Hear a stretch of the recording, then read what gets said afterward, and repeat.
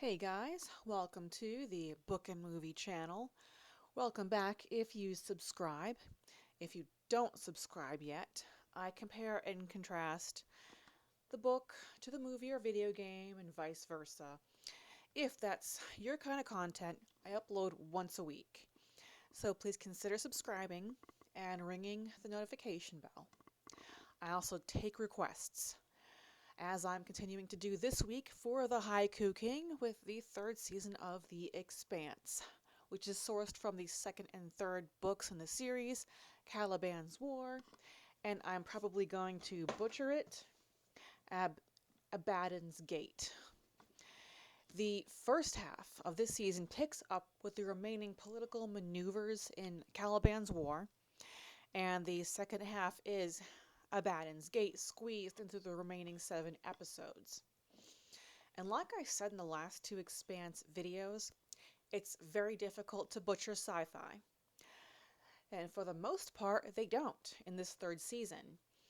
Everything that happened in the show happened in the books, with just some small yet noticeable enough moving around of some of the people and events. A couple of the most notable ones being Bobby Draper joining the Rossi crew, and the introduction of Drummer being expedited from the 5th book to the 3rd season.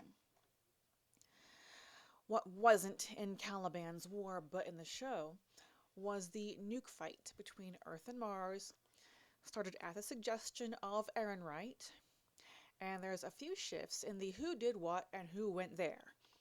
First off, Alex and Naomi went to the Agatha King ship together. In the book, Holden went by himself. And when it came to how Fred Johnson came into possession of the protomolecule, in the show, Naomi told him where they last saw it, gave him the coordinates. In the book, Holden gave it to him as a means of negotiation. What was in Abaddon's Gate, but not in the show, were Rosenberg, Michio, and Bull. If you really liked them from the book, this time the show will disappoint you. They are nowhere to be found. There's also a similar moving of chess pieces, just enough to make a recognizable difference. Ashford is not captaining the behemoth right away. Drummer is. Ashford only steps up when Drummer is out of it, and not because of a power struggle over it, which takes up a good portion of the book. The earlier chapters in the book about what's going on the Rossi are left out. The show picks up with the Rossi just as they are under attack by Martian Marines, who are trying to stop them from telling other ships to disable their reactors. The last difference being Bobby Draper, while not in this book, is an active Martian Marine at this point in the show, but when she is seen aboard the Rossi, she is fired. And that is all for Season 3 of The Expanse and Caliban's War and Abaddon's Gate. Since this was another short one, I think I'll do something I haven't done in a while and read some viewer comments. Alright, let's go to my comments section. Alright. On the perks of being a wallflower, DR Animations writes, great video again. I think the Rocky Horror Picture Show was a comedy musical with horror elements. I actually find most musicals more horrific than most horror films because I really don't like films where people are constantly singing the dialogue for no reason.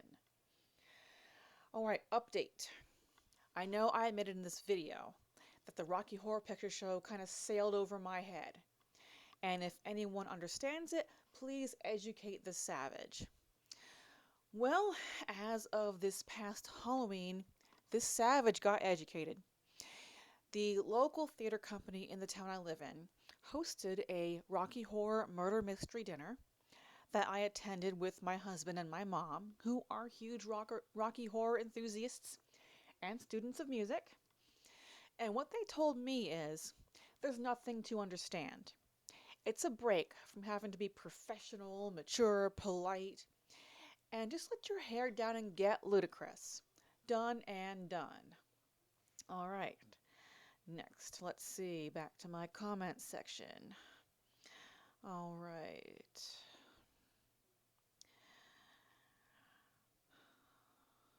give me a couple minutes. I'll be there in a minute. All right.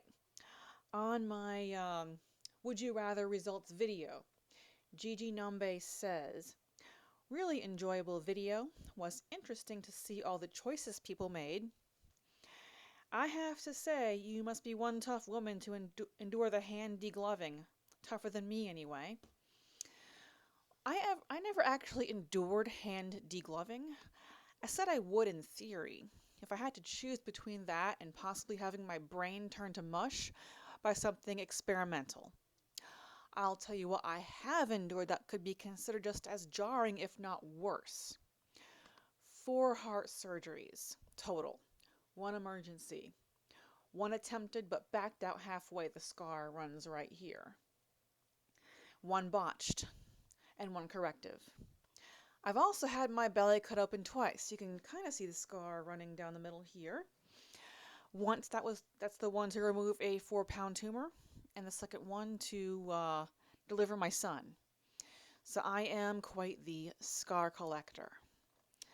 All right, moving right along, back to my comment section. Let's see. All right, moving right along.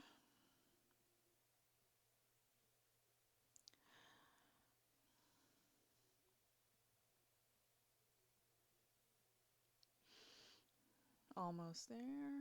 Just looking for the right one.